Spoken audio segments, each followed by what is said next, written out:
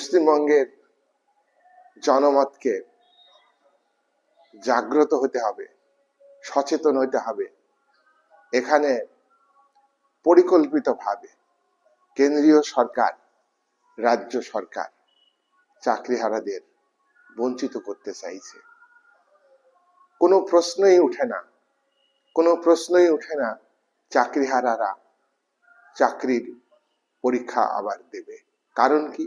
কারণ হচ্ছে চাকরিতে সমান অধিকার, যোগ্যতার ভিত্তিতে চাকরি, এ কথা ভারতের সংবিধানে 16 ধারায় উল্লেখ আছে।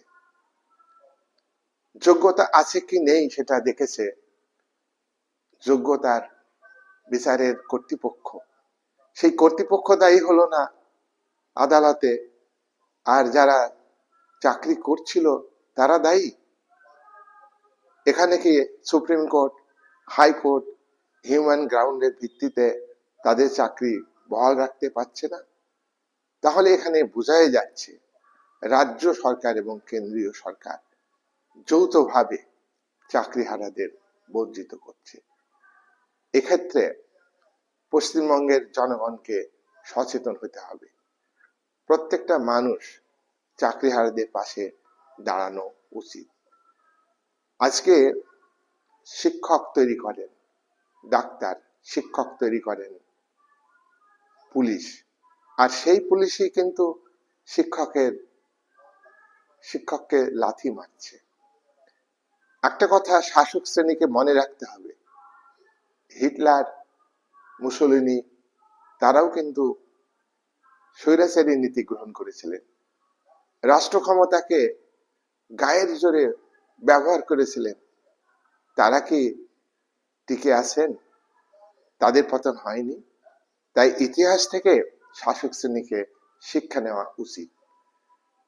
শিক্ষা যৌথ তালিকা, কেন্দ্র এবং রাজ্য। এখানে কেন্দ্র এবং রাজ্য এই চাকরিহারাদের 26,000কে নিয়ে ভেটা খেলা করছে, তার বেশি কিছু নয়।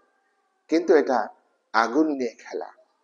এটা কিন্তু গায়ের জোরে সংখ্যাগরিষ্ঠের শাসন গণতন্ত্রে, সেইখানেই শক্তি রাজ্য সরকারের, সেইখানেই শক্তি কেন্দ্রীয় স্তরে কেন্দ্রীয় সরকারের। কিন্তু এটা তারা যদি ভুলে যায় যে শোষিত, বঞ্চিত, লাঞ্ছিত মানুষের লড়াই ব্যর্থ হয় না। তাই আজকে যারা শিক্ষক বলতে, আজকে আলোচনা করতে মন ভারাক্রান্ত হয়ে যাচ্ছে। এটা কি? এটা পশ্চিমবঙ্গবাসী ভাববে না?